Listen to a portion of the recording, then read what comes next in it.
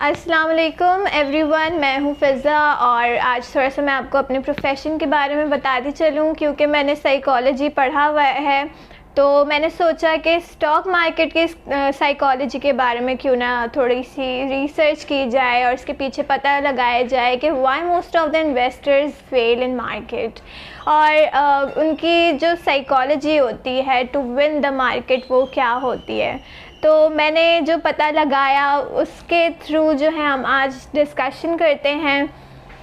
Good और bad opportunity क्या होती है मार्केट में, कब सेल करना चाहिए, मार्केट कब अप एंड डाउन हो रही है। ये तो यूजुअली हम अप टू डेट अपनी ख़बर रखते हैं, लेकिन वो कौन सी ऐसी टेक्निक्स हैं या फिर कौन सी ऐसी स्ट्रेटजीज़ हैं जो कोई भी नहीं बता रहा होता, हम इसको डिस्कस करते हैं। सबसे जो मेन पॉइंट होता है कि इमोशन वर्सेस माइंड। अगर हम अपने दिमाग से इस मार्केट को चलाना चाहें, रन करना चाहें, इन्वेस्ट या सेल करना चाहें तो वो हम किस तरह कर सकते हैं, और हम अगर इमोशन के प्रेशर पे आ जाते हैं तो हम किस तरह से अपने आप को बेहतर की जानिब या फिर नीचे लेकर आ जाते हैं मार्केट में। तो इसको डिस्कस करने के लिए आज मेरे पास कुछ फार्मूला हैं जिनको हम डिस्कस करेंगे।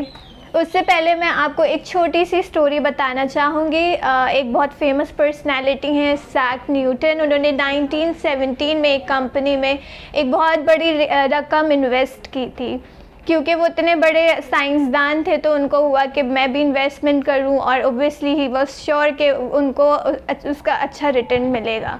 लेकिन सैडली स्पीकिंग उन्होंने जल्द फील किया कि जो है मार्केट थोड़ी अप एंड डाउन हो रही है। उन्होंने फील किया कि उनको उनके शेयर्स जो हैं वो बाय करके सेल कर देने चाहिए, तो उन्होंने वो सेल कर दिए।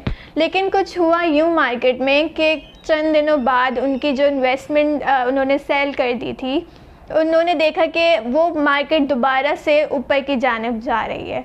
तो उस दौरान उनके जो फ्रेंड्स थे उन्होंने वहाँ के शेयर लिए और बहुत अच्छा खासा प्रॉफिट वो गेन कर रहे थे। लेकिन फिर सैडली क्योंकि उन्होंने फ़ील किया कि मेरे सारे दोस्त अमीर हो जाएंगे, मैं गरीब रह जाऊंगा क्या, तो उन्होंने उस वक्त फिर दोबारा मार्केट के शेयर लिए। लेकिन अनफॉर्चुनेटली मार्केट जो है बहुत ज़्यादा उसका ब्रेक डाउन हुआ, वो नीचे आई और उनको पाकिस्तान करेंसी के मुताबिक 2021 के मुताबिक तकरीबन 25 करोड़ का नुकसान हुआ। तो क्या उनके पास मेंटल पावर नहीं थी जो उन्होंने इतनी बड़ी रकम का नुकसान किया? वो तो इतने बड़े साइंटिस्ट थे, उन्होंने लॉ ऑफ ग्रेविटी इंट्रोड्यूस किया था जो कहता है every action has a reaction equal in magnitude but opposite in direction. उन्होंने कैलकुलस की इन्वेंशन की। तो वो कौन सी चीज़ थी जहाँ पे उन्होंने मिस्टेक कर दी या वो लाउजी हो गए और उन्होंने अपनी रकम गंवा दी? तो इस चीज़ को हम कहते हैं फेयर ऑफ मिसिंग आउट। जब उन्होंने फ़ील किया कि वो मार्केट से कुछ मिस कर रहे हैं या उनके फ्रेंड्स कुछ गेन कर रहे हैं, तो उस वक्त उन्होंने इन्वेस्टमेंट कर दी। और ये इंसान की साइकोलॉजी होती है कि वो हमेशा अपने आप को मार्केट में कम्पिटिटिव रखता है। तो इसाक न्यूटन की क्योंकि बात की जाए तो उनका जो IQ लेवल था वो तकरीबन 130 प्लस था, 190 प्लस था। उनके लिए कहा जाता है he was a God gifted. और उन्होंने इसी मकसद के लिए उन्होंने एक कोटेशन भी कोट की थी कि I can calculate the movement of stars but I can not calculate the madness of man. तो इसका मतलब यही है कि मैं जो हूँ स्टार्स की जो मूवमेंट होती है उसको कैलकुलेट तो कर सकता हूँ, लेकिन इंसान की जो पागलपन होता है उसको कैलकुलेट नहीं कर सकता। तो इतना स्मार्ट बंदा और मार्केट में इतना बड़ा उसका नुकसान।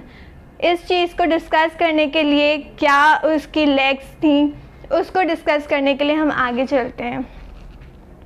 तो सिंपल सी कुछ टिप्स हैं जिनको हमें याद रखनी चाहिए during the investment and selling. कि मार्केट जब पॉपुलर हो रही हो उस वक्त यूजुअली क्या करते हैं कि सब इन्वेस्ट करते हैं, लेकिन जब पॉपुलर वो जब देखते हैं कि मार्केट नीचे की तरफ आ रही है तो उस वक्त सब घबराए हुए होते हैं कि क्या करना चाहिए क्या नहीं करना चाहिए। तो ये जब पॉपुलैरिटी बीच में आ जाता है फिनोमेना, तो उस वक्त कभी भी आपको जो है ले। तो इसके लिए 2 सिंपल और बहुत मॉडर्न टिप्स हैं जो आपको अपने फिंगर टिप्स पे याद रखनी चाहिए। एक सिंपल और मोस्ट इम्पॉर्टेंट टिप तो ये है कि आपका मेंटल पावर किस हद तक स्ट्रॉन्ग है। अगर तो आप मेंटल पावर या उसमें कंसिस्टेंट हैं और अपनी गोल फोकस्ड हैं, गोल ओरिएंटेड हैं, तो उस हिसाब से अगर आपको पता होगा कि आपकी लॉन्ग टर्म इन्वेस्टमेंट बेहतर रहेगी या शॉर्ट टर्म, इसके पीछे हमेशा आपको खुद लर्निंग करनी चाहिए, सेल्फ इंडिपेंडेंट होना चाहिए rather than depending on others और द क्राउड। तो इस वक्त जो मल्टी बैगर स्टॉक होता है इसकी तो सब बात कर रहे होते हैं कि कौन सा शेयर लेना चाहिए, कौन सा शेयर 2 रुपये का भी मिल रहा है, फ्यूचर में जाके 2000 का हो जाएगा। लेकिन ये वाली बात जो फोकस और सिंप्लीफाई वाली टिप है, ये आपको अपने फिंगर टिप्स पे काउंट कर लीजिए। जैसे मैंने पहले कहा कि ये बताता है कि पेरी म्यूचुअल बेटिंग सिस्टम, जब आप शॉर्ट टर्म इन्वेस्टमेंट कर रहे हों तो ये वाला फार्मूला आता है कि फॉर एग्ज़ाम्पल अगर एक मैच हो रहा है और वो बांग्लादेश और पाकिस्तान में हो रहा है, तो we all know Pakistan is far more better than Bangladesh, तो पाकिस्तान ही जीतेगा। तो यहाँ पे हमारा रेशो आ जाएगा कि 20:1, कि हमें जब पता है कि पाकिस्तान जीतेगा तो फिर उस वक्त जो है आप ये वाला ऑक्शन सिस्टम लगा लें। लेकिन जब बीच में एक इनिंग्स हो चुकी हो और टर्न अराउंड हो चुका हो और उस वक्त जो है बहुत कम रन्स रह जाएं और फिर उस वक्त उनके 2 बेहतर खिलाड़ी रह जाएं, तो यहाँ पे थोड़ा सा आपका अपना मोटिव डगमगाएगा और कहेगा कि अपने शेयर्स को सेल कर दें। लेकिन जब आप क्राउड से हट के खड़े होंगे, व्हेन यू नो कि Pakistan is a better team और यहाँ पे ज़्यादा चांसेस यही हैं कि मे बी शाहीन अफरीदी आ जाए और उसके 2 छक्के लग जाएं तो वो जीत जाएगा, तो यहाँ पे फिर आप जो हैं वो स्टैंड आउट करेंगे और ऑब्वियसली विनर होंगे।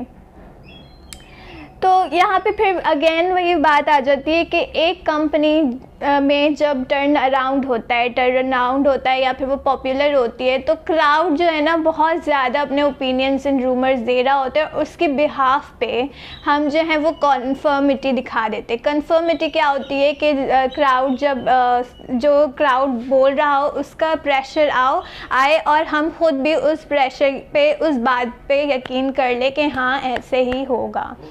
तो यहाँ पे अब आपकी अपनी स्किल, आपकी अपनी एबिलिटी बताती है कि आप कितने अच्छे मार्केट के प्लेयर हैं और कितना ज़्यादा बेहतर खेलेंगे, कितना ज़्यादा बेहतर लर्न करेंगे और उसको स्टैंड आउट लेंगे।